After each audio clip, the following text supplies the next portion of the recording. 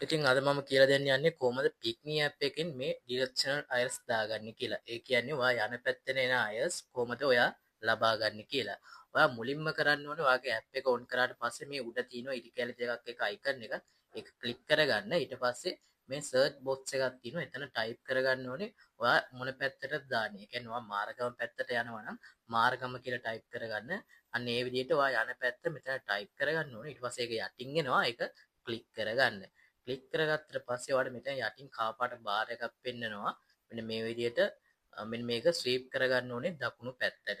ඔයාලට පේනවා ඇති මෙන්න මේ විදිහට ස්වීප් කරගත්තට පස්සේ මෙන්න මේ go online කියලා පෙන්නනවා. ඒක ක්ලික් කරගන්න. ඊට පස්සේ ඔයාගේ TS channel අර එක enable වෙනවා. මෙන්න මේ විදිහට පෙන්නනවා. ඒ කියන්නේ active වෙලා තියෙන්නේ. ඒ වගේම තමයි මේක කොහොමද අයින් කරගන්නේ.